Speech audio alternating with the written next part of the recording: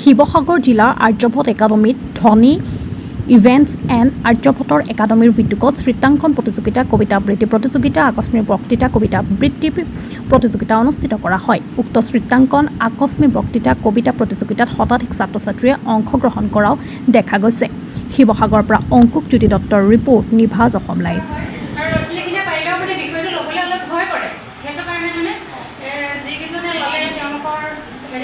ভাল লাগিলে আৰু এনেকুৱা অনুষ্ঠানে আমাৰ সৰু সৰু ল'ৰা ছোৱালীবোৰক উৎসাহ দিছে, প্ৰেৰণা দিছে। চিত্ৰাংকন প্ৰতিযোগিতাত বহুতো প্ৰতিযোগী হয়, কিন্তু মই আকস্মিক বক্তৃতাটো খুবেই ভাল পাওঁ। ছোৱালীজনীয়ে কিমানখন ক'ব পাৰিলে সেইটো বিচাৰকে গম পাব জুতিয়ে নিদিয়ে, মই সেইটো নাজানো। কিন্তু এই মঞ্চখন দিয়াব পাৰিব উদ্যোক্তা মণ্ডলীক যথেষ্ট ভাল লাগিছে। মোক আন্তৰিকতাৰে মই গ্ৰহণ কৰিছোঁ আৰু অনাগত দিনতো এনেকৈ মঞ্চ দি উঠি অহা প্ৰজন্মক যাতে আপোনালোকে সহায় আগবঢ়ায়। ভাল লাগিল। মই ধনী ইভেণ্টছক ধন্যবাদ জনাইছোঁ মোক এই সন্মানকণ দিয়াৰ বাবে।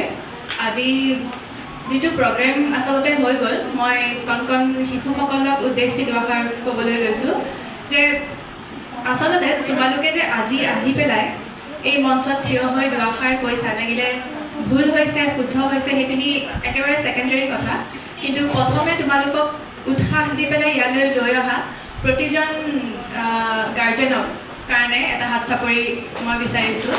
কাৰণ এটা মাত্ৰ ক'লে যে তেওঁ তিয়কৰ পৰা আহিছে, এইহেন গৰমৰ বতৰত ইমান দূৰৰ পৰা আহি নিজৰ ছোৱালীজনীৰ কাৰণে বা নিজৰ সন্তানটোৰ কাৰণে ইমানখিনি কষ্ট কৰাটো সঁচাকেই শলাগ ল'বলগীয়া কথা।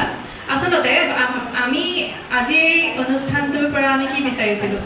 আমি বিচাৰিছিলোঁ যে আমাৰ ল'ৰা ছোৱালীখিনিয়ে আজিৰ যুগত ৰেডিমেড যিবোৰ আমাৰ টপিক, লাগিলে সেইটো environment, It's quite fair that there has to be some progress in terms of the environment, be it negative or positive.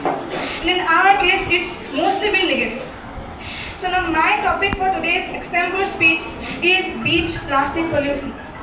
Now it brings me to a very sad, it brings me to a very sad feeling that when I was traveling from my house to this very place today, I saw plastic near the Nikko River. I saw plastic in front of the shops. I saw plastic when I stepped outside of my home, outside of my house, near my neighbor's house. I saw plastic. So now this plastic, despite being so convenient, so easy to find, so well distributed across the entire globe, it has a very negative effect. For example, even now we see that plastic pollutes the waters. The best example is the Ganga and the Yamuna